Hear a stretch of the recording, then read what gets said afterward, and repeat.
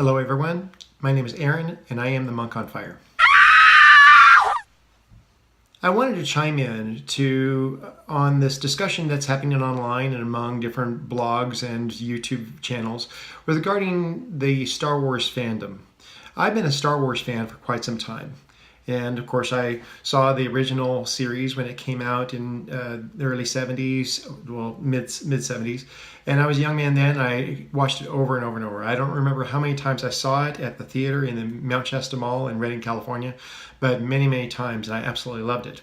And the first thing that I did was take my set of Legos that were just the basic blocks in those days and make all the ships that I could.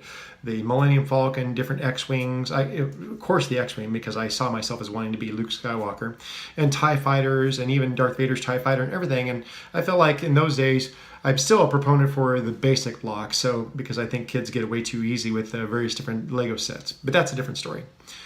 But I've been a Star Wars fan for quite some time, and I enjoyed the original trilogy. Of course, they were spaced about several years apart, so you're always wondering what was going to happen next, especially after Empire Strikes Back, when they dropped that bomb reveal on us where Darth Vader said, "Luke, I am your father," and we didn't know, is he being deceptive? Is he lying to him? We weren't sure what was going to happen next. Could it possibly be true? And we couldn't wait for the third one.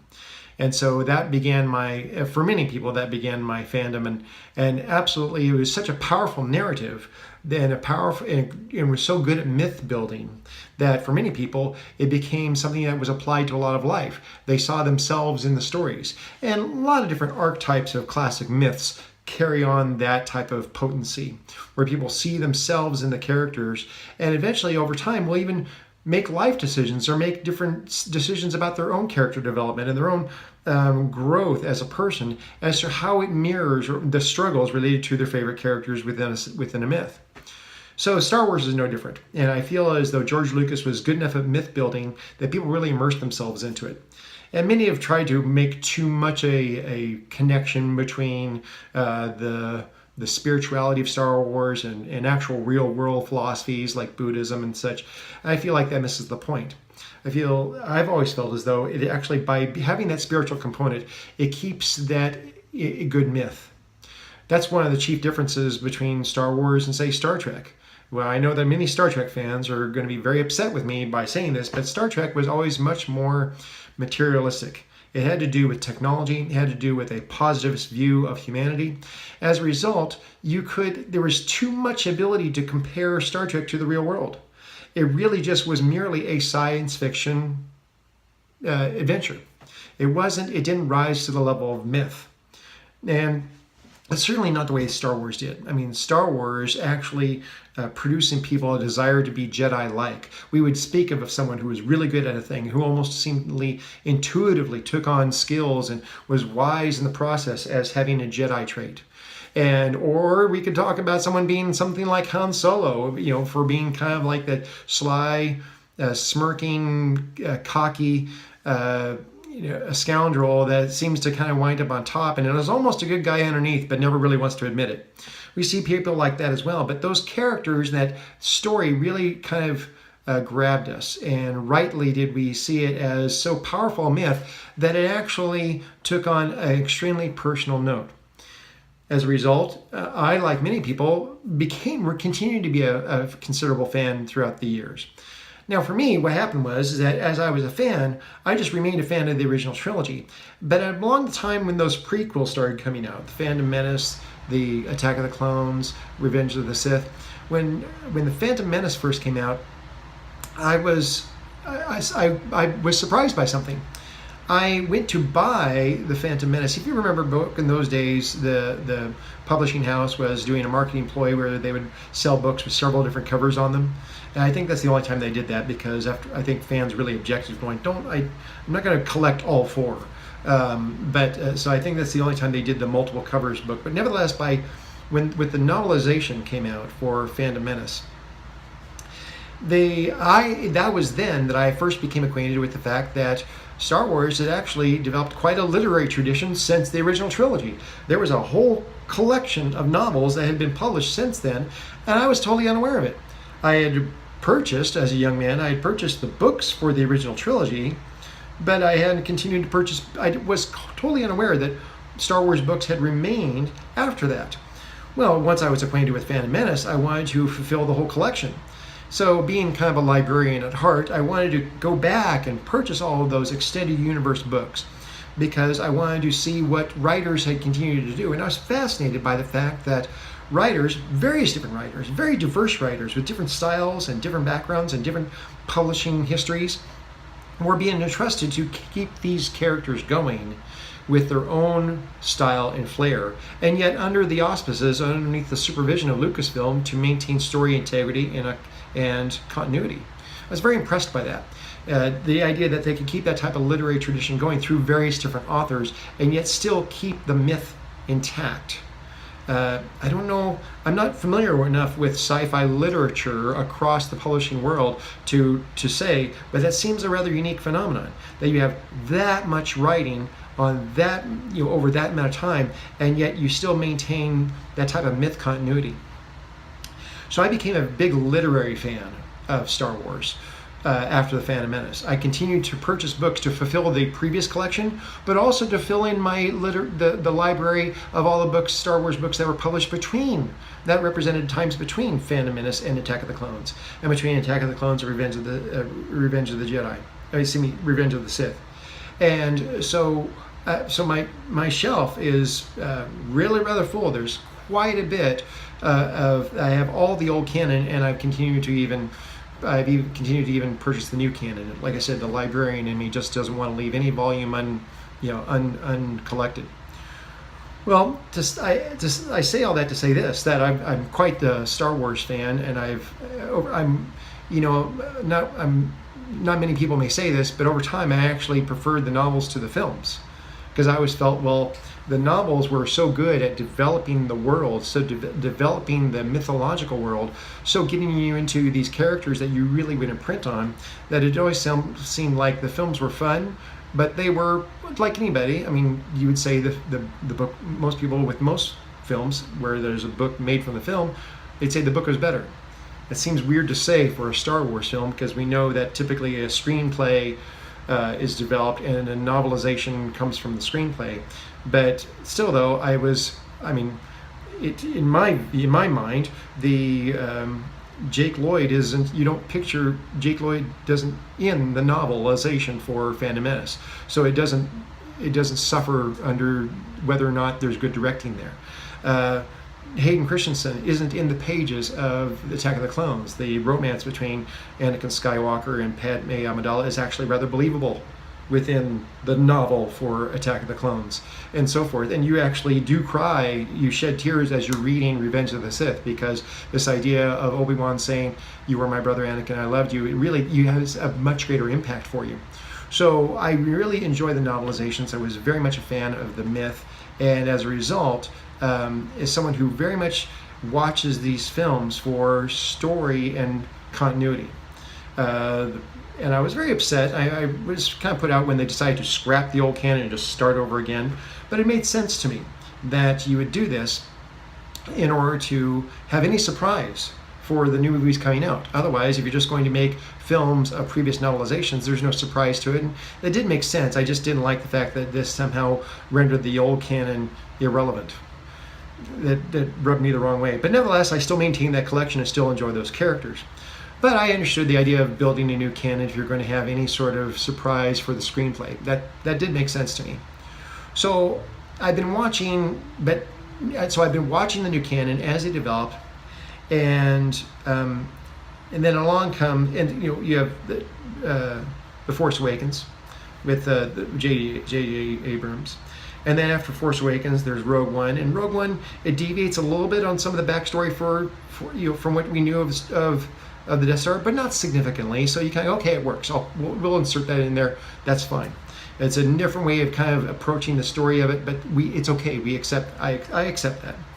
And then comes The Last Jedi. And I saw The Last Jedi once at the theater. And the idea that I ever saw a Star Wars film once at the theater and never saw it again is really a watershed moment for me. many fans, many YouTube personalities, such as Jeremy from Geeks and Gamers. These are shout outs, by the way, from people that I really have enjoyed watching. I've never used to watch YouTube channels before, but since The Last Jedi, I really went on and watched a lot of video commentaries to see, am I alone in my sentiments about how I felt about the new direction of Star Wars. It turns out I'm not, and that was very comforting to learn. So Jeremy with Geeks and Gamers, Ethan Van Sciver from Comic Artist Pro Secrets, and others that I've watched have really left me with a sense of, I'm not alone in my sentiments about this. But I'm only sharing this because my take on it is just a little bit different.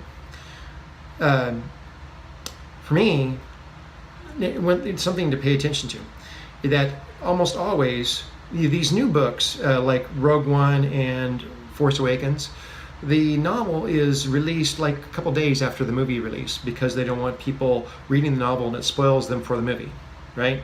So, and this same thing happened for back in Phantom Menace and Attack of the Clones and Revenge of the Sith. The movie comes out first, people will get the full emotional impact of the film, and then within days of that, usually the next week. So if the movie comes out like on a Thursday or Friday, the book is released on like the following Tuesday. You can see it at Walmart and Barnes & Noble.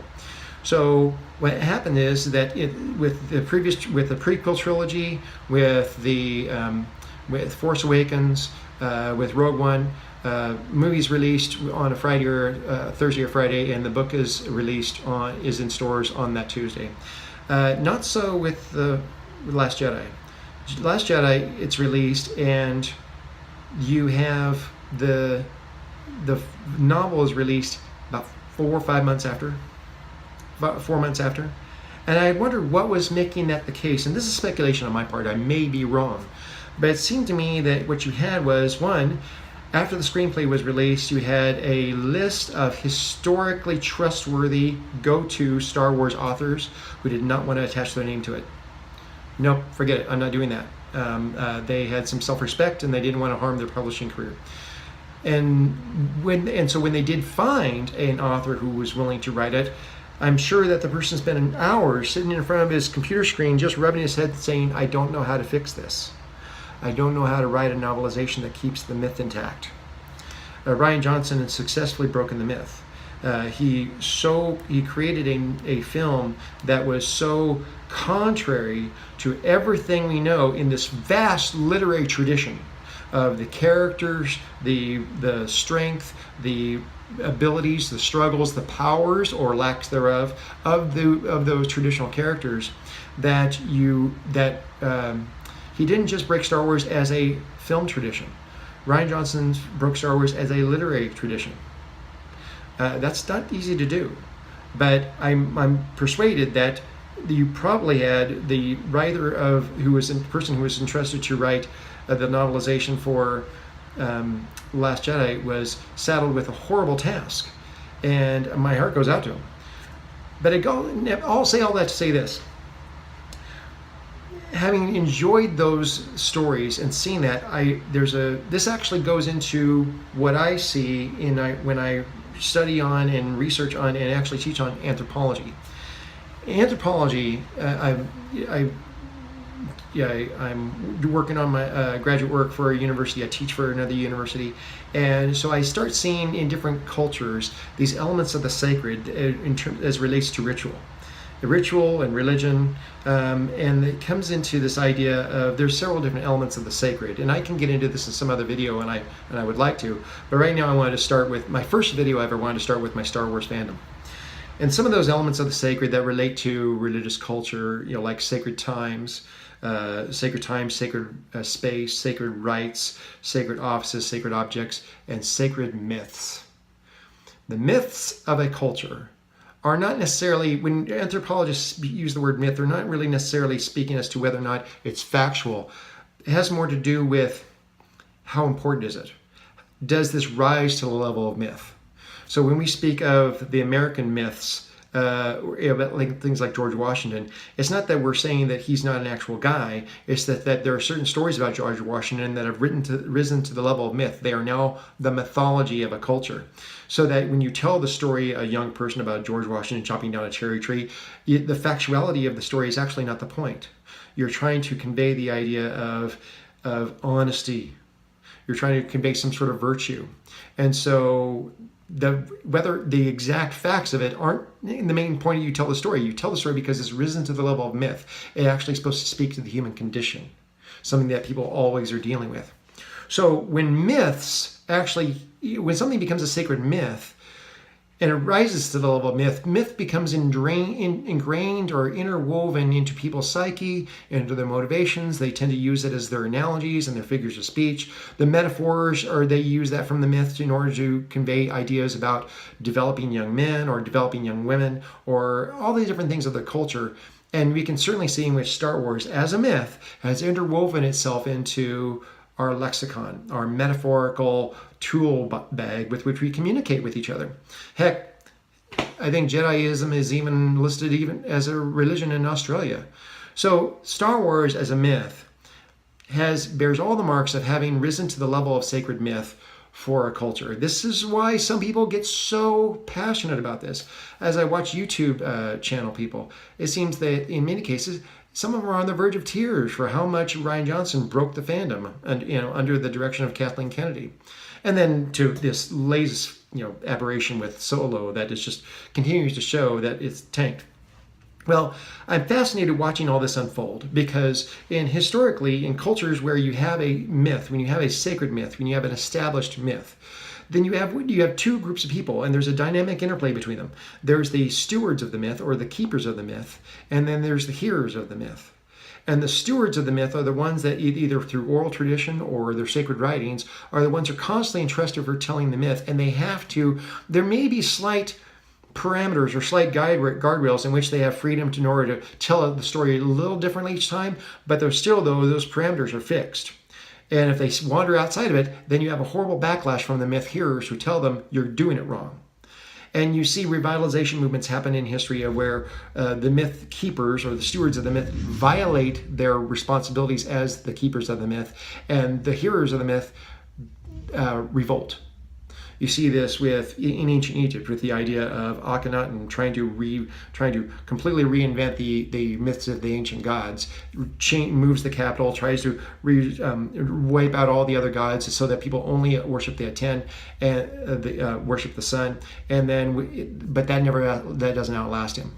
Within one generation, Tutankhamun is now restoring. He's the great reformer, is restoring the old myths back to what they used to be.